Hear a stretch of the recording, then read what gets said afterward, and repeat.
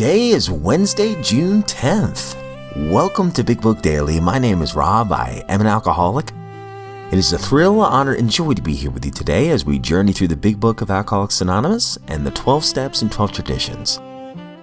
Today out of the Big Book, we are on Chapter 10, To Employers. We will read page 145, as once again my dog digs to China. Out of the 12 and 12, we are on Tradition 8. We'll read page 168.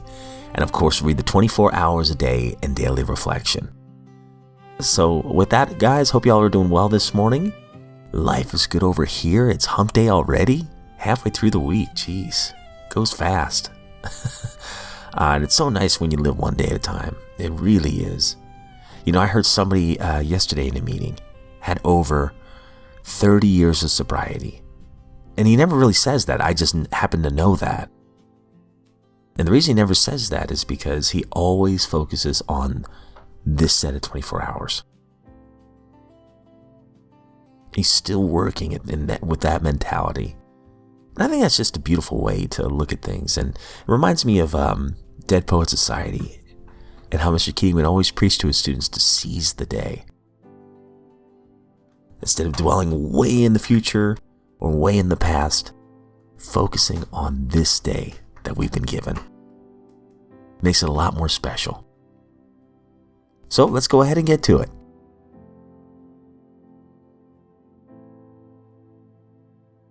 All right, my friends. So if you recall from yesterday's reading out of the Big Book, we've been talking about presenting this material to the alcoholic employees, and said here, on your employee's return, talk with him. Ask him if he thinks he has the answer.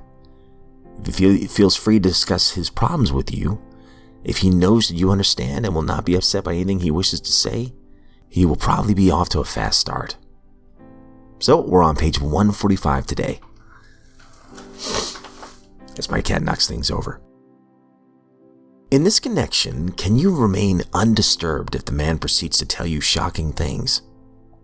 He may, for example, reveal that he has padded his expense account, or that he has planned to take your best customers away from you. In fact, he may say almost anything if he has accepted our solution, which, as you know, demands rigorous honesty. Can you charge this off as you would a bad account and start fresh with him? If he owes you money, you may wish to make terms. If he speaks of his home situation, you can undoubtedly make helpful suggestions. Can he talk frankly with you so long as he does not bear business tales or criticize his associates? With this kind of employee, such an attitude will command undying loyalty. The greatest enemies of us alcoholics are resentment, jealousy, envy, frustration, and fear. Wherever men are gathered together in business, there will be rivalries, and arising out of these, a certain amount of office politics. Sometimes we alcoholics have an idea that people are trying to pull us down. Often this is not so at all. But sometimes our drinking will be used politically. One instance comes to mind in which a malicious individual was always making friendly little jokes about an alcoholic's drinking exploits. In this way, he was slyly carrying tales. In another case, an alcoholic was sent to a hospital for treatment. Only a few knew of it at first, but within a short time, it was billboarded throughout the entire company. Naturally, this sort of thing decreased the man's chance of recovery. The employer can many times protect the victim from this kind of talk. The employer cannot play favorites, but he can always defend a man from needless provocation and unfair criticism.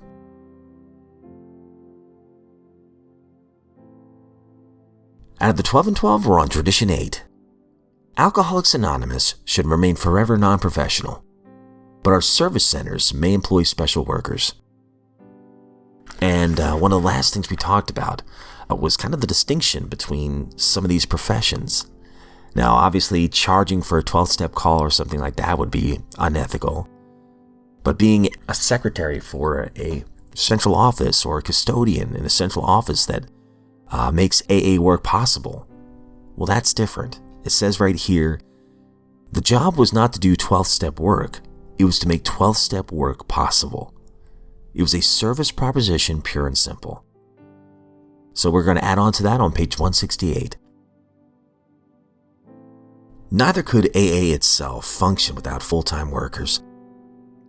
At the foundation and intergroup offices, we couldn't employ non-alcoholics as secretaries. We had to have people who knew the AA pitch.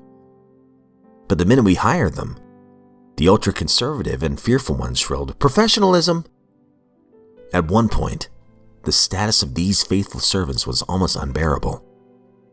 They weren't asked to speak at AA meetings because they were making money out of AA.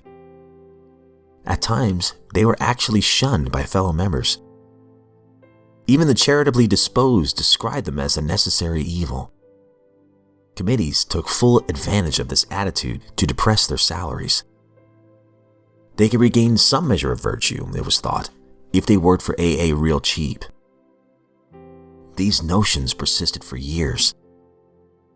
Then we saw that if a hardworking secretary answered the phone dozens of times a day, listened to 20 wailing wives, arranged hospitalization and got sponsorship for 10 newcomers, and was gently diplomatic with the irate drunk who complained about the job that she was doing and how she was overpaid, then such a person could surely not be called a professional AA.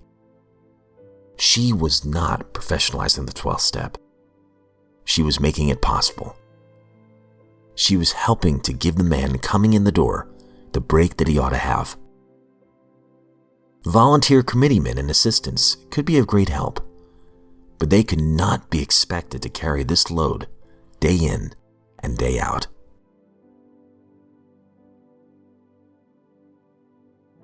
"24 hours a day, June 10th. AA thought for the day. When we reach the bottom, at this crucial moment when we're thoroughly licked, we turn instinctively to whatever decency is left in us. We call upon whatever reserves of morality and faith are left deep down in our heart. Have I had this spiritual experience? Meditation for the day. The world wonders when it sees a person who can unexpectedly draw large and unsuspected sums from the bank for some emergency. But what the world has not seen are the countless small sums paid into that bank, earned by the faithful work over a long time. And so is the bank of the Spirit. The world sees the person of faith make a demand on God's stores of power, and the demand is met. The world does not see what that person has been putting in thanks and praise, in prayer and communion, in small good deeds done faithfully, steadily over the years. Prayer for the day. I pray that I may keep making deposits in God's bank. I pray that in my hour of need, I may call upon these.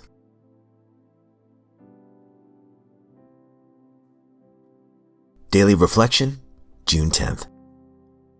Impatient? Try levitating. We reacted more strongly to frustrations than normal people.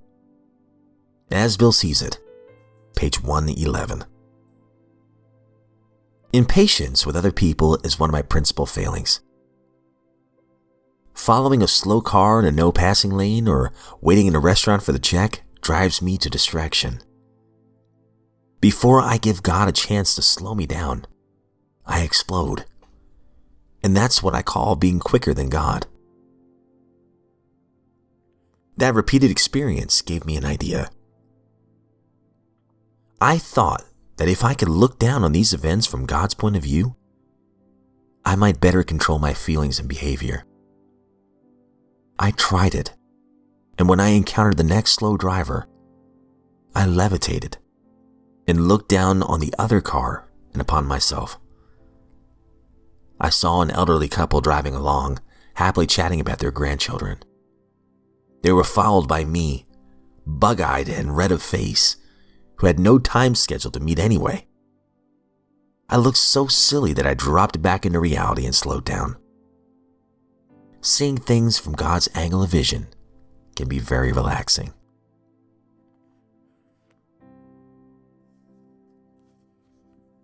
All right, my friends, that concludes today's reading. And man, do I love that last reading. You know, I heard from another podcast one time.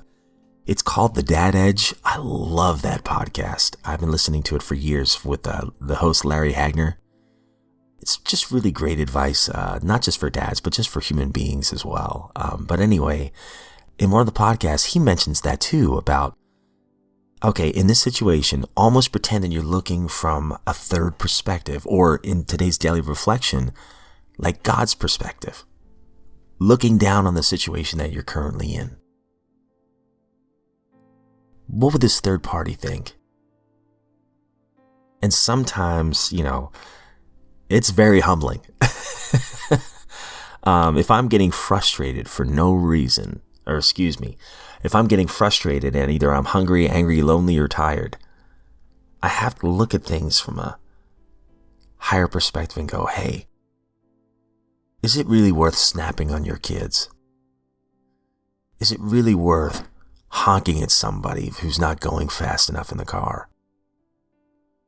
Is it really worth letting a minor thing ruin your day? The one day at a time mentality. I remember there was a hockey coach that would talk about playoff experience with his team. And one of the mantras he would say is, always be ready to reset. If a bad play is made, there's no time to dwell on it and beat yourself up. You can do that maybe after the game, but during the game, you get right back on it and focus, right? Well, I love that. I love that mentality, and I've tried to apply that to my life, because the old me would go, man, I screwed up. Jeez. Call yourself a Christian, man. Look at you. Then you beat yourself up the whole day, right? Meanwhile, that whole day that I spent beating myself up was wasted when I could have been of service to other people. That's why I love the whole mantra of living one day at a time, right? That if I screw up at, look like it's 5 a.m. If I screw up at 5 a.m., by 5:01, I can still be of service. Snap out of it and move on. I love that. And looking from a third party's perspective. I've done that before. Okay, last thing I'll say is I'm a huge Office fan. I love Michael Scott. I love the whole cast of that show. But, you know, it almost reminds me of the moments that Jim and Pam share together, where they kind of just make that camera motion, right? Because they know that this moment's special and they want to capture it, right? Sometimes when I play with my kids, or I spend some quality time with my wife, or maybe I have this really sweet experience with a friend or a student or something like that, in my mind's eye, I almost go to that third person perspective and capture that moment.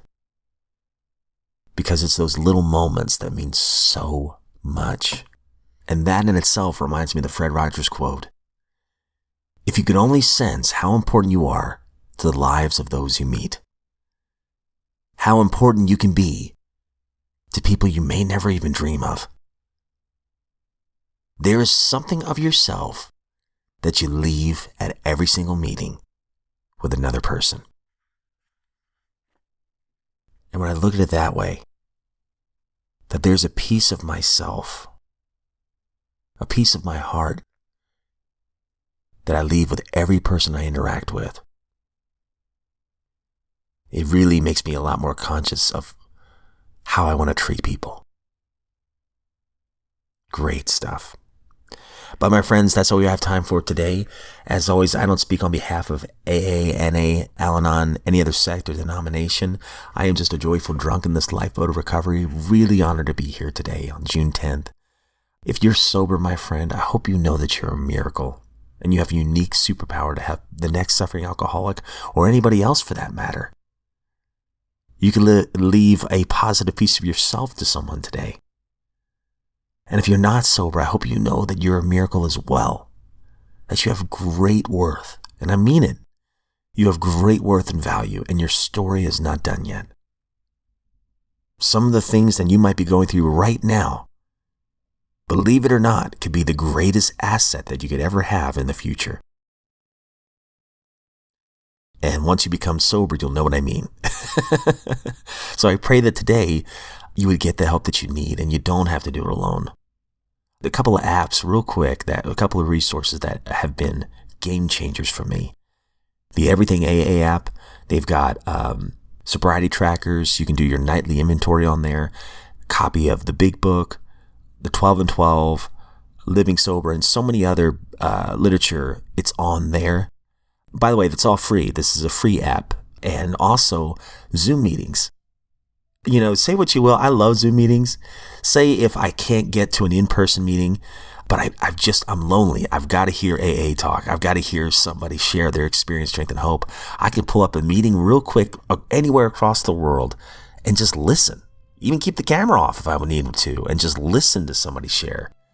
That's all on there. So the Everything AA app really helps. And also the Meeting Finder. I think it's just called Meeting Finder app. And that tells you where all the in-person meetings are that are close to your location. And I'm sure there's others out there, but those two have been super helpful ever since I first started becoming sober. So if you haven't checked those out, I encourage you to do so. And my friends, if you ever want to share your experience, strength, and hope, please reach out to Big Book Daily. Email is bigbookdaily@gmail.com. And we do have our voicemail line where you can always share your experience there. And let me pull up the number. I've almost got it memorized. Only about a few hundred more times and I'll have it. So it is 865-309-5486. Once again, that's 865-309-5486. I love to share your experience, strength, and hope on the podcast. Who knows who it could help, but I can promise you this, it'll help me. So if you want to help me out, help a brother out, please call in or write in. I love to hear your stories. But with that, my friends, if we are given another set of 24 hours, I sincerely look forward to seeing you right back here tomorrow.